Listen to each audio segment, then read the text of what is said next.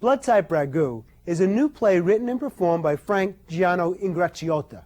The play deals with the story of an Italian-American immigrant family struggling through cultural and intergenerational issues, just like the issues each one of our families deals with every day. The dynamics of the family relationships are seen through the eyes of the youngest child. Blood Type Ragu is being presented at the Belmont Italian-American Playhouse on Arthur Avenue in the Little Italy of the Bronx.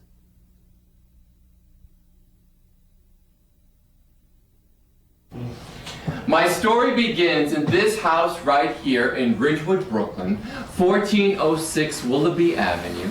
I'd come home every day from school and greet my mom with a kiss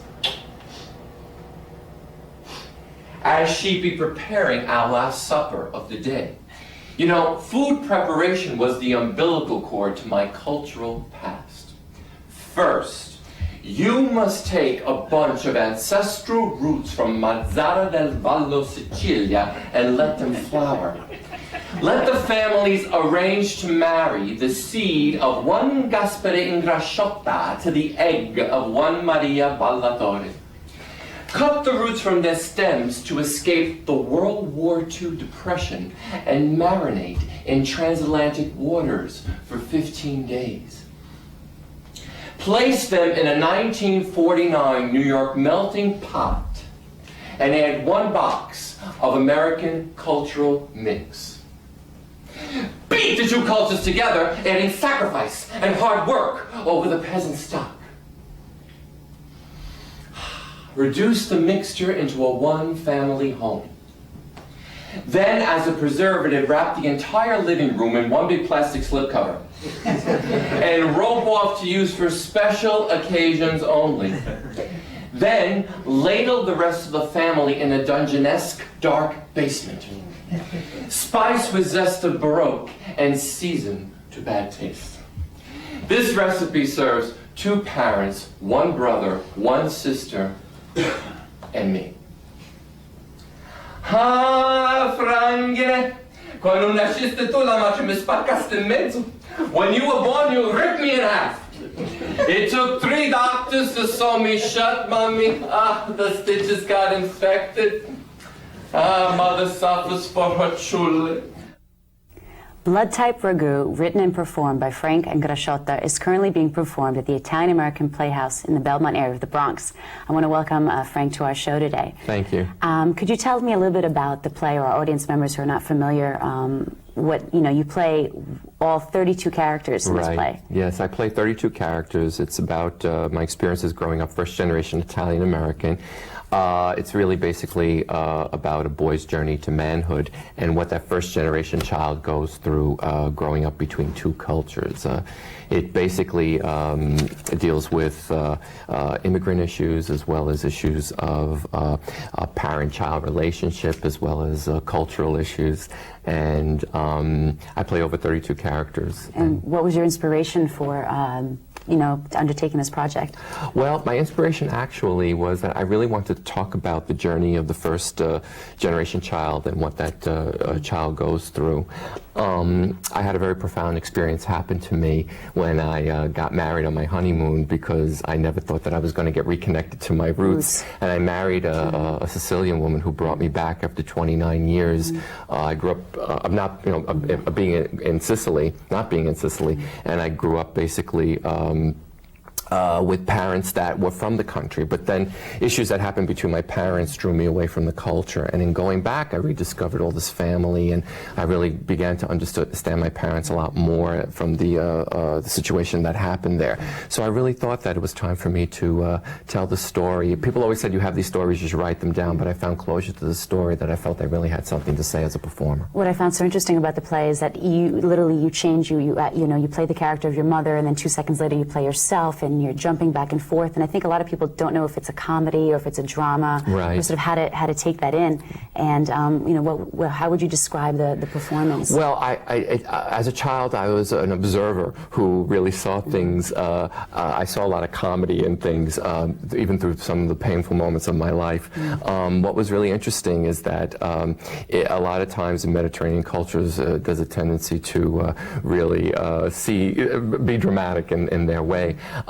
So what I really wanted to do actually is just tell the story through humor and touch on issues through humor, sometimes painful, sometimes joyous, in the journey of what you know, a boy goes through to his journey of manhood, and also what, as I said before, you know, what dealing with the cultural issues, the Italian American cultural issues, you know.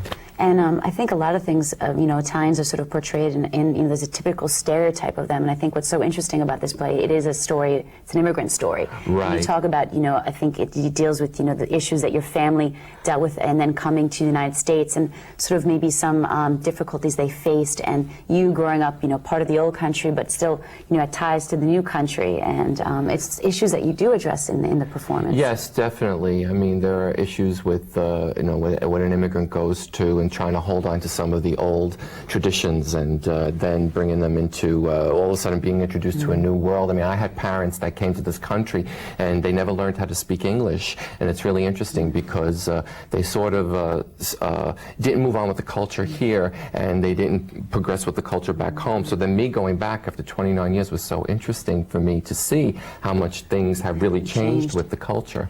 So it was just interesting to see what happens with certain immigrants that have come here that did not sort of progress with the culture. They tried desperately to hold on to some of the old issues. I am seated at the right hand of the Father, with the Madonna directly across from me. The apostles, my brother and sister, on each side. The perfectly set table becomes a symbol of Holy Communion, covered by a hand-embroidered cloth made by the Holy Mother.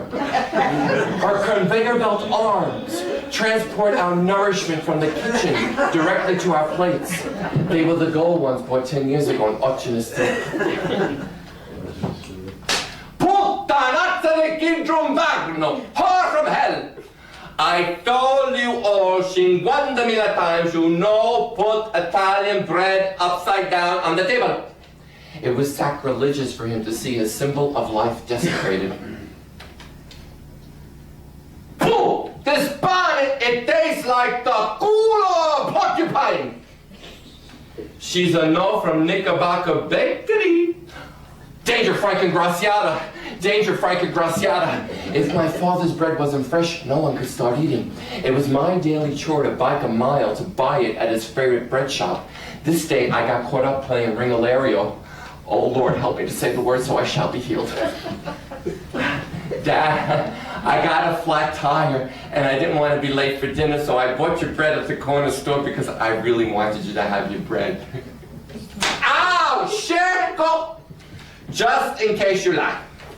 You know, when I was young, I walked with no shoes on to buy my padre fresh banana every day. The heat from the ovens made my blood sweat while I waited on the long lines. I should give you my life. What's also interesting is how you do speak half in Sicilian in the play, and you also answer half in English. So I guess it's a way of bringing your two worlds together. I don't know if... Well, Italian is such a wonderfully colorful, romantic language that sometimes when things are expressed, it's never, you know, just plain and simple. They love to color it poetically. So what's really wonderful is that I really wanted to show that the poetry of the language and the expression, whether it was through anger or through love or whatever, and really do it a little bit in Sicilian, but then let the American audiences understand what the story is about. So it's very poetic in its form. What's your favorite character being portrayed? Oh, wow. Out of all the 32. Oh, my 32 personalities. 32. I guess my favorite character that I love portraying is an uncle that I had a very profound experience with when I went back to Sicily, and helped me to understand my father in a deeper way. Also, I love talking about my neighbors. We all grew up in different neighborhoods where we had eccentric neighbors growing up, and I'd sort of take the audience through a journey where I talk about all the nicknames my parents had for the people that lived on the block, and I'm sure many neighborhoods, everybody had a nickname for somebody, so I take the audience through a journey of the different neighbors and their eccentricities and how my mother reacted to them, and talked about that, so it's fun. I never knew any of my neighbors' real names because my mother had nicknamed everyone by their most outstanding feature or characteristic. So out comes La Juda, the Jew, a very attached old Jewish couple. Whether together or alone, my mother labeled them just the Jew. Also making a rare appearance was a milky-skinned vampire you'd see once a month through the crack of her door to shake out her dust rag. She was marked La Morte Passione, the passionate dead woman. Followed by her husband, a Quasimodo-like man with a protruding underbite and a fur coat growing out of his back. He was tagged Il Gobbo di Lana, the woolly hunchback. Already on her porch was my friend Joey's mom in housecoat and pink curlers, sitting in her favorite spread-leg position in front of her lawn statue of the Virgin Mary. Under her breath, my mother would say, "Vergogna, shame on you, that the Madonna has to do that." She was branded la Camarata con le gosce aperte, Mrs. Camarata with her legs spread open. And finally, there was my mother's nemesis, la Schetta Raggiata, the raging spinster, who every night through her window you'd hear, "T'ha dato tutta la mia vita. I gave you my whole life, Mom and Dad. When are you gonna die and leave me in peace?" And one night, you know, her wish came true. "Ma, un morire, please don't die." To which my mother said, "But is she ever happy?" What's also very interesting, I think Italian Americans or Italians, you know, or even immigrant families, tends to be a very private story, right. And yet you've sort of used, you talk about it, you bring right. it out in the open, yeah. And how do you think that's being received? Or well, it's a story about family. I mean, even though it talks about Italian American issues, I hope that it resonates and speaks to anyone who has a family, because it really is a piece that deals with the heart. I took a risk. And I hope that, I changed the names to protect the innocent. So no one knows. Right, but hopefully I pay honor to the people that took the journey with me in my life, my parents and whatever, and my brother and sister have been very supportive of it, and audiences afterwards come back to me and tell me how they identify with this piece and how I told their story of, of what an immigrant first-generation upbringing is like. Many people have hugged me and said, "Oh, I had a neighbor like that, I had a mother like that, I had a father like that."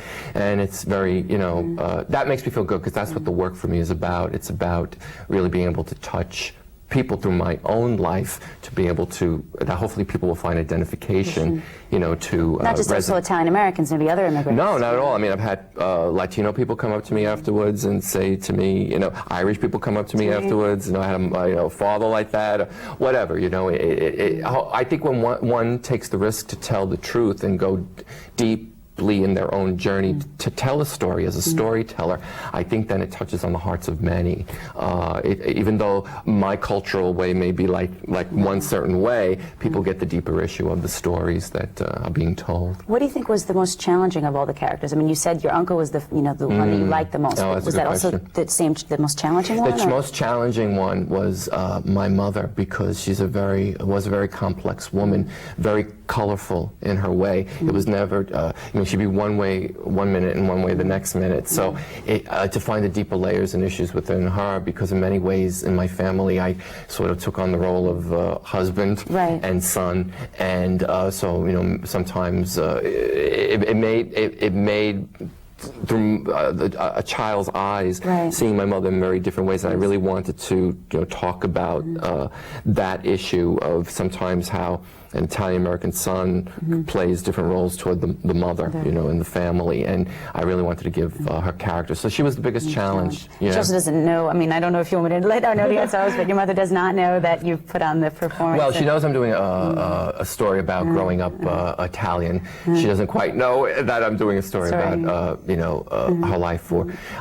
It's, if she finds out, that would be fine, but at this point. This is a story for you. It's about personal.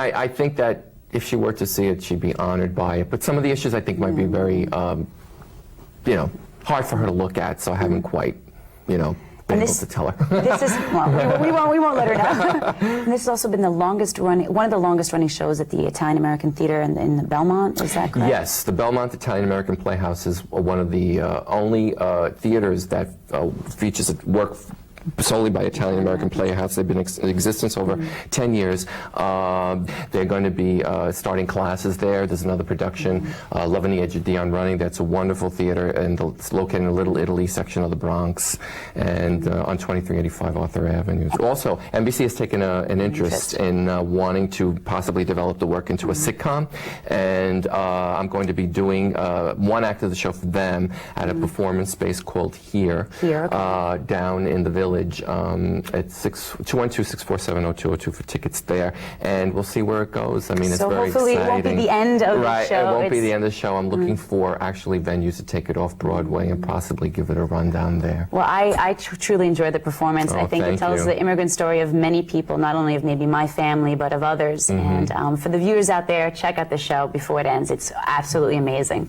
And it was wonderful having you. Thank you very much. Thank you, Danielle. A pleasure. Thank you. Pleasure meeting you. Thank you.